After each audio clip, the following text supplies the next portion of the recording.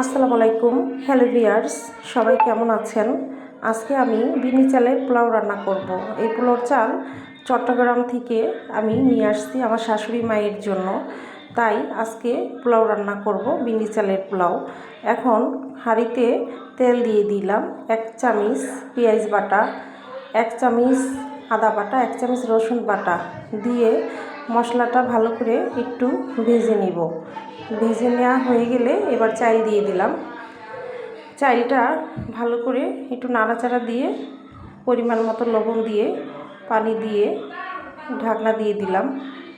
দেখুন আমার এটা কি সুন্দর হয়ে গিয়েছে, রান্নাটা লোভনীয় লাগছে বেশ।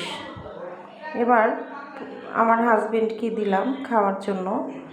সে খেয়ে বলতেছে কি সুন্দর আঠালো লাসালো এই বিন্নি চালের তোমার পোলাও।